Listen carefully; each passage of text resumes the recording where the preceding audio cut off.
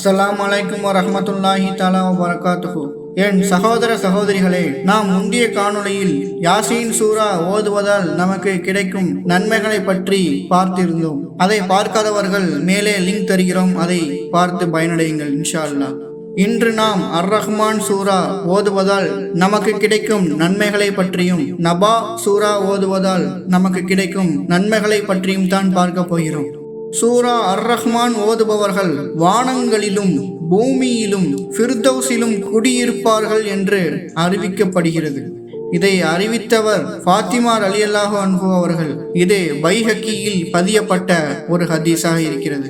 ஒவ்வொன்றிற்கும் மாப்பிள்ளை உண்டு. குர்ஆனின் மாப்பிள்ளை சூரா அர்-ரஹ்மான் என்று அலி ரலியல்லாஹு அன்ஹு அவர்கள் அறிவித்திருக்கிறார்கள். இதுவும் பைஹக்கியில் பதியப்பட்ட ஒரு ஹதீஸாக இருக்கிறது. சூரா அர்-ரஹ்மானை ஓதியவர் அல்லாஹ் அருளியுள்ள அருட்கொடைகளுக்கு நன்றி செலுத்தியவர் போலாவார். நாட்டங்கள் நிறைவேற 11 தடவை இதை ஓதினால் கை கண்ட பலன்கள் கிடைக்கும். இதை ஓதியவரின் முகம் மறுமை நாளில் பூரண சந்திரன் போல் பொலிவுற்று காணப்படுவார்கள். இப்போது நாம் சூரா நபா ஓதுவதால் நமக்கு கிடைக்கக்கூடிய நன்மைகளை பற்றி பார்க்கலாம் இன்ஷா அல்லாஹ். சூரா நபாவை அசருக்கு பின்னர் ஓதுவது மிகவும் நல்லதாக இருக்கிறது.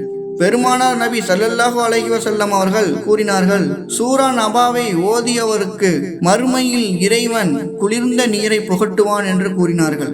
இன்ஷா அல்லாஹ் இந்த 2 சூறாக்களையும் நாம் ஓதி அதன் பலன்களை பெறக்கூடிய நன்மக்களாக நம்மை அல்லாஹ் ஆக்கி அருள் புரிவானாக. அஸ்ஸலாமு அலைக்கும் வரஹ்மத்துல்லாஹி தஆலா வபரகாத்துஹு.